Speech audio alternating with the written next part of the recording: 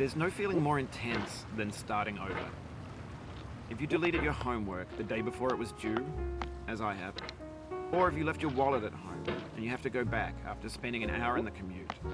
If you won some money at the casino and then put all your winnings on red but it came up black. If you got your best shirt dry cleaned before a wedding and then immediately dropped food on it. If you won an argument with a friend and then later discovered that they just returned to their original view. Starting over is harder than starting up. If you're not ready for that, like if you've already had a bad day, then what you're about to go through might be too much. Feel free to go away and come back. I'll be here.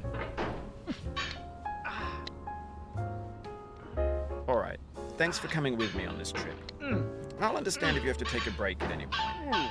Just find a safe place to stop and quit the game. Don't worry, I'll save your progress, always. Even your mistakes. This game is a homage to a free game that came out in 2002, titled Sexy Hiking. The author of that game was Jazuo, a mysterious Czech designer who was known at the time as the father of B games. And B games are rough assemblages of found objects. Designers slap them together very quickly and freely, and they're often too rough and unfriendly to gain much of a following. They're built more for the joy of building them than as polished products. In a certain way, Sexy Hiking is the perfect embodiment of a B game. It's built almost entirely out of found and recycled parts, and it's one of the most unusual and unfriendly games of its time. In it, your task is simply to drag yourself up a mountain with a hammer. And that act of climbing, in the digital world or in real life, has certain essential properties that give the game its flavor. No amount of forward progress is guaranteed. Some cliffs are too sheer or too slippery. And the player is constantly, unremittingly in danger of falling and losing everything. Anyway, when you start Sexy Hiking, you're standing next to this dead tree that blocks the way to the entire rest of the game.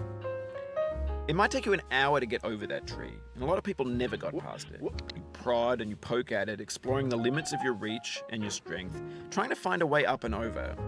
And there's a sense of truth in that lack of compromise.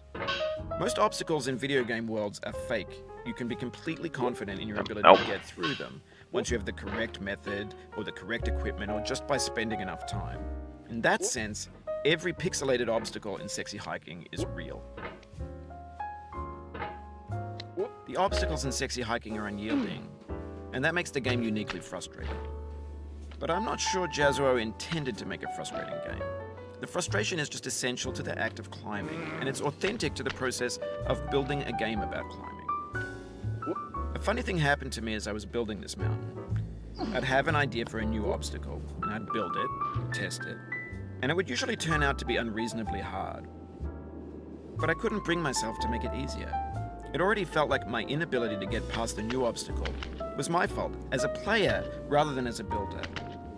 Imaginary mountains build themselves from our efforts to climb them, and it's our repeated attempts to reach the summit that turns those mountains into something real. When you're building a video game world, you're building with ideas, and that can be like working with quickset cement.